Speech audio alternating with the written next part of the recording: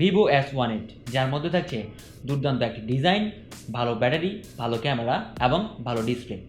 Overall বিবেচনায় ফোনটি আপনাকে কোনো অংশে নিরাশ করবে না। তো hello everyone, welcome back to Livertech. চলে আসলাম আরও একটি নতুন ভিডিও নিয়ে আপনাদের সামনে। আপনাদের সাথে থাকছি আমি মানিক, এবং আজকের ভিডিওতে আমরা আলোচনা করব Vivo S18 ফোনটির ব্যাপারে। জানাবো ফোনটির ব্যাপারে ভালো মন্দ এবং আরও বিস্তারিত সব কিছু। তাহলে চলুন দেরি না করে প্রথমেই ফোনটির আনবক্সিং দিয়ে শুরু করা যাক। প্রথমেই দেখা যাক বক্সের ভেতরে কি কি আছে। বক্সটি হোয়াইট কালারের, বক্সটির উপরে লেখা থাকবে S18। বক্সটি ওপেন করলে পাওয়া যাবে কাঙ্ক্ষিত ফোনটি, সাথে পাবেন SIM injector pin, charger, back cover, USB cable এবং একটি ডকুমেন্ট। এই হলো বক্স কন্টেন্ট। এবার বলা যাক ফোনটির লুক এবং ডিজাইন। ফোনটির ফ্রেম প্লাস্টিকের এবং এর ব্যাক সাইডে ইউজ করা হয়েছে বিভিন্ন টেক্সচার, যার ফলে ফোনটি দেখতে বেশ ভালোই লাগছে। এবং এই ফোনের দুই পাশে কিছুটা কার্ভ, যার ফলে ফোনটি আপনি হাতে নিলে বেশ হ্যান্ডসাম ফিল পাবেন। ফোনটির রাইট সাইডে রয়েছে volume up and down button, সাথে পাওয়ার বাটন। ফোনটির নিচের দিকে রয়েছে stereo speakers, type C charging port, microphone এবং একটি সিম কার্ড ট্রে। আর উপরের দিকে পাবেন আয়ার ব্লাস্টার। ফ্রন্টে পাবেন middle punch whole selfie camera, তবে এতে নেই কোনো 3.5mm হেডফোন জ্যাক এবং সেই সাথে নেই কোনো SD কার্ড ব্যবহারের সুযোগ।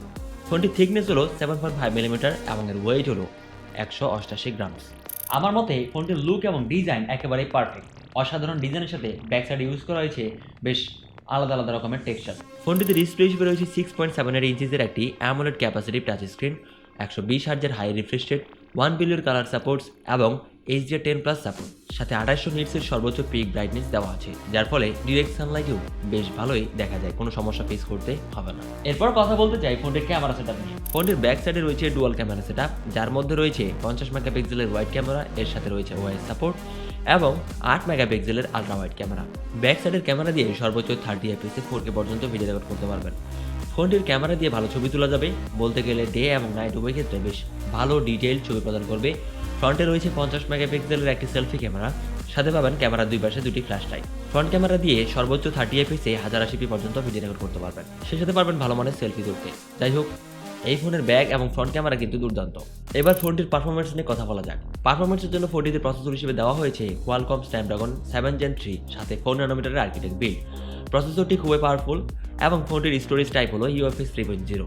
আমার মতে এখানে 4.1 হলে ব্যাপারটা আরও ভালো হতো। ফোনটিতে মাল্টিটাস্কিং মোটামুটি ভালোই চলবে, সাথে পাবজি অথবা ফ্রি ফায়ারের মতো ভারী গেমগুলো হায়ার সেটিংসে খেলতে পারবেন। ফোনটিতে আউট অফ দ্য বক্স পেয়ে যাবেন অ্যান্ড্রয়েড 14 এবং এর ব্যাক এন্ডে থাকছে অরিজিন OS। সিকিউরিটির জন্য থাকছে under display optical fingerprint sensor. Fingerprint সেন্সরটি বেশ দ্রুত এবং অ্যাকুরেট। যে কোনো ফোন কিনতে গেলে প্রথমত আমরা চিন্তা করব তার ব্যাটারি পারফরমেন্স কেমন হবে।